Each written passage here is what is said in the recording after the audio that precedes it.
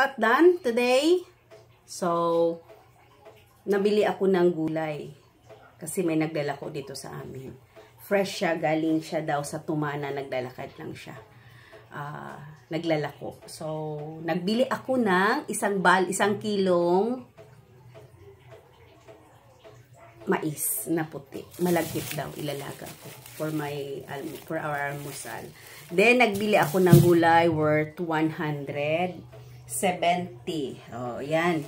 70 siya, so ito is 100. So, 100 na tali ito, tagsa 10 lang.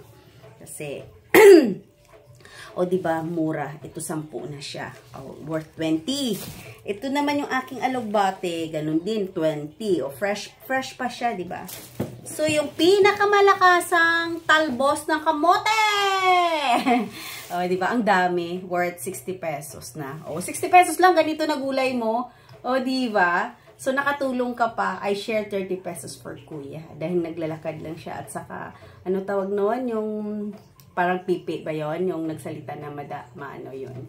So, I share. O, diba, fresh na gulay.